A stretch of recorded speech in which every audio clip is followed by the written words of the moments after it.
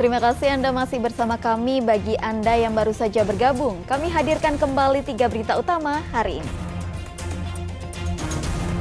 Kawanan geng motor di Makassar menyerang sejumlah warga dengan senjata tajam di 4 lokasi. Hasil temuan senjata tajam dan senjata api di kantor organisasi massa Batalion 120 dimusnahkan di markas Polrestabes Makassar. Diklaim merusak lingkungan, ratusan warga desa Padakalawa, Kabupaten Pinrang menolak tambang ilegal di perbatasan Kelurahan Manarang dengan desa Padakalawa.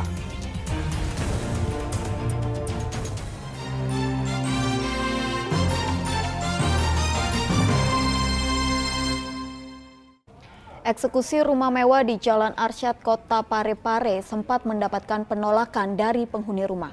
Objek eksekusi diklaim masih diperiksa di Pengadilan Tata Usaha Negara.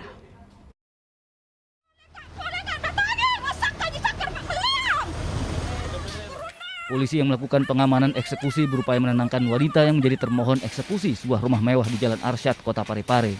Bahkan termohon sempat adu mulut dengan pemohon saat proses eksekusi. Eksekusi dilakukan karena bangunan ini menjadi agunan sebuah bank. Namun termohon gagal melunasi sehingga terjadi lelang. Objek lelang berupa tanah 400 meter persegi dengan bangunan 2 lantai di atas tanah tersebut senilai 1,1 miliar rupiah. Untuk melaksanakan eksekusi pada hari Rabu, tanggal 14 September tahun 2022, terhadap objek eksekusi yang terletak di Kelurahan Wotong Soreang, Kecamatan Soreang, berupa sebidang tanah sertifikat hak milik nomor 1993 garing Wotong Soreang, sebelumnya atas nama Haja Nursia Jayadi dan sekarang telah balik nama menjadi atas nama Andi Sriwela, luas 400 meter persegi. Berikut bangunan di atasnya terletak di Jalan H. Muhammad Arsyad, Kelurahan Wotong Soreang, Kecamatan Soreang, Kota Parepare. Penghuni rumah sekaligus termohon akan melakukan perlawanan karena gugatan pembatalan eksekusi masih diperiksa di Pengadilan Tata Usaha Negara. Bakalan saya akan lakukan perlawanan, Pak. Saya selalu kawal nantinya ini. Saya selalu nantinya kawal. Saya selalu kawal di Pengadilan Tata Usaha Negara. Karena kenapa? Karena memang yang saya gugat di sini adalah Ketua Pengadilan Negeri Parepare. Dasarnya apa? Itu dasar gugatanku. Pembatalan penetapan eksekusi. Itu. Saya tetap kawal ini. Yang menjadi pertanyaan, Pak, apabila ketika saya menang di PT UN ini, siapa yang bertanggung jawab untuk menggantikan kerugian saya di sini rumah atas pembatalan penetapan eksekusi? Itu yang menjadi pertanyaan. Nah, Ketua Pengadilan ngotot, sedangkan ini belum putus, masih berproses di tingkat Pengadilan Tata Usaha Negara. Eksekusi pengusungan rumah mewah tersebut dikawal ketat polisi. Meskipun sempat diwarnai penolakan, eksekusi tetap berjalan aman. Suardi Gatang melaporkan dari Kota Parepare.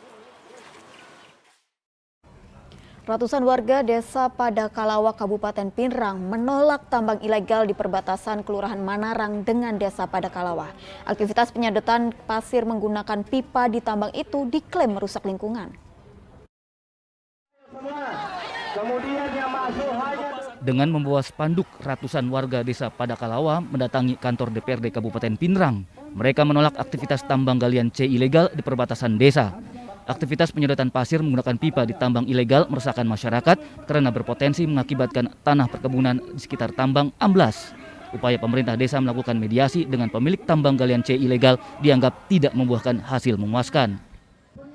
Jadi kondisi di lokasi kemarin kita coba untuk melakukan mediasi, tapi pihak terkait yang dalam hal ini yang punya tambang tidak mengindahkan apa yang menjadi tuntutan kami.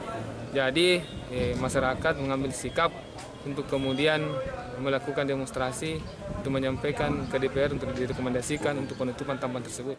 DPRD Kabupaten Pinrang telah merekomendasikan penutupan tambang galian C ilegal dan pemerintah daerah juga telah mengeluarkan larangan penambangan di lokasi tersebut karena sangat berdampak pada lingkungan.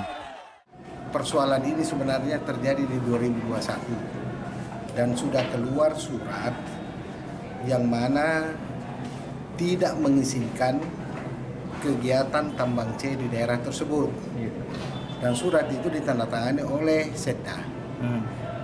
Oleh berdasarkan surat itu dan juga tentu berdasarkan RT RW daripada Kabupaten Pinrang ini, maka itu sudah jelas bahwa dilarang menambang di situ. Selepas aksi unjuk rasa, warga desa Padakalawa, para pekerja tambang menghentikan kegiatan operasional. Saat dikunjungi, tidak satupun pengelola tambang ilegal berhasil ditemui. Suardi Gatang melaporkan dari Kabupaten Pinrang.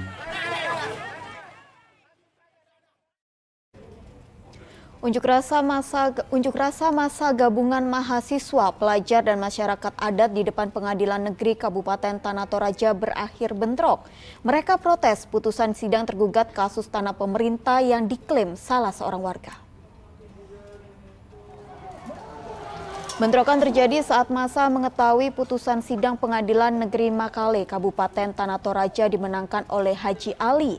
Sidang tersebut menyidangkan gugatan lapangan gembira antara pemerintah Provinsi Sulawesi Selatan dan keluarga Haji Ali. Massa yang berunjuk rasa emosi dan menyerang kantor Pengadilan Negeri Makale dengan lemparan batu dan kayu. Polisi yang melakukan penjagaan menembakkan water cannon dan gas air mata untuk membubarkan massa. Sejumlah pengunjuk rasa dan polisi terluka terkena lemparan batu. Bentrokan ini mengakibatkan sejumlah kaca kantor Pengadilan Negeri Makale pecah dan mobil patroli polisi rusak. Mereka sudah dengar bahwa mereka dikalah. Jadi langsung ada dari korlapnya bilang revolusi langsung. Jadi secara tidak langsung itu mereka sudah komando bahwa kalau saya ini ya begitu ininya. Jadi begitu bilang revolusi sudah langsung serentak batu masuk ke dalam. Kami hari ini sangat merasa kecewa kepada pihak Pengadilan Negeri Makale yang memenangkan. Mohon maaf saya sebutkan namanya Haji Ali sebagai pemenang, yang dimana kita telusuri bahwa orang ini tidak mempunyai hak untuk mengklaim tanah lapangan gembira yang di dalamnya berada beberapa fasilitas negara. Hasil temuan senjata tajam dan senjata api di kantor organisasi massa atau Ormas Batalion 120 dimusnahkan di markas Polrestabes Makassar. Pembentukan Batalion 120 untuk mendukung kerja polisi menciptakan keamanan dan ketertiban masyarakat. Seluruh senjata tajam dan senjata api rakitan hasil temuan organisasi massa atau Ormas Batalion 120 sejak Maret 2022 hingga September 2022 diserahkan kemudian dimusnahkan di markas Polrestabes Makassar. Ormas Batalion 120 dibentuk Polrestabes Makassar bersama Forum Komunikasi Pimpinan Daerah atau Forkopimda Kota Makassar di Kecamatan Talo. Kehadiran Ormas Batalion 120 sempat menimbulkan polemik setelah aparat Polsek Talo menggerebek kantor Ormas Batalion 120. Namun Kapolrestabes Makassar telah memberikan klarifikasi pembentukan Batalion 120 untuk mendukung kinerja polisi menciptakan keamanan dan ketertiban masyarakat, mengingat keterbatasan jumlah anggota Polrestabes Makassar. Para anggota Ormas Batalion 120 meliputi mantan narapidana. Kenapa kita berinisiasi membentuk wadah batalion? Pertama, polisi di Makassar jumlahnya terbatas. Betul nggak? Betul. Kita harus mau menggunakan kekuatan masyarakat untuk membantu Harkamtibmas kita. Itu yang kedua. Yang ketiga, kalau kita mengatasi masalah tidak sesuai dengan frekuensi yang ada, kita akan kesulitan. Maka dari itu, pertama saya datang ke sini, apa yang saya lakukan? Saya cari mantan-mantan pelaku yang bisa mempengaruhi pelaku untuk sadar, untuk bisa menjadi baik, untuk bisa menjadi masyarakat yang bermanfaat untuk masyarakat lainnya. Kinerja Batalion 120 turut mendapatkan apresiasi dari Wali Kota Makassar. Peran Batalion 120 membantu polisi menjaga keamanan dan ketertiban bakal terus didukung. Sejak Batalion 120 bekerja efektif, berkurang drastis kriminalitas yang di Kota Makassar. Terus tiba-tiba masih ada pembusuran di mana-mana. Beberapa di sudut-sudut kota. Setelah teman-teman dalami, ternyata hinterlandnya daerah tetangga. Maka direkrutlah teman-teman daerah tetangga. Ayo sama-sama. Kita sama-sama karena tidak boleh Makassar berdiri sendiri. Nah, kejadian kemarin itu adalah proses pembinaan teman-teman di daerah tetangga untuk masuk Batalion 120, diawali dengan niat baik dan kesadaran tinggi menyotor ini semua. Bahwa dia betul-betul sadar syaratnya adalah harus menyerahkan semua ini yang Bapak teman-teman bisa lihat ini. Meskipun bisa memberikan pembinaan kepada pelaku kriminal, Ormas Batalion 120 tidak berhak menyita senjata tajam dan senjata api. Wewenang penyitaan hanya boleh dilakukan polisi. Kewenangan untuk menyita tidak ada, ya. Kewenangan untuk menyita adalah punya Polri. Tetapi mereka bisa mensosialisasikan, bisa memberikan pembinaan kepada masyarakat atau rekan-rekan mereka untuk mengajak rekan-rekan bisa menjaga situasi kondisi Kamtibmas di wilayah masing-masing dengan mengembalikan, dengan memberikan senjata-senjata yang dimiliki. Apakah itu ketepil, busur, parang atau badik, itu bisa. Dia melaksanakan sosialisasi preventif, preventif, persuasif, ya. Pencegahan, edukasi bisa dengan kemampuan dia yang sudah dilatih oleh Kapolresta. Setelah temuan senjata tajam dan senjata api di markas Ormas Batalion 120, Forkopimda Kota Makassar berencana mengubah nama batalion menjadi lebih humanis agar tidak menjadi momok menakutkan di tengah masyarakat. Andi Muhammad Sardi melaporkan dari Kota Makassar. Informasi tadi mengakhiri jumpa kita hari ini. Atas nama rekan yang bertugas, saya Tabita Putri mengucapkan terima kasih atas kebersamaan Anda. Selamat beraktivitas dan sampai jumpa.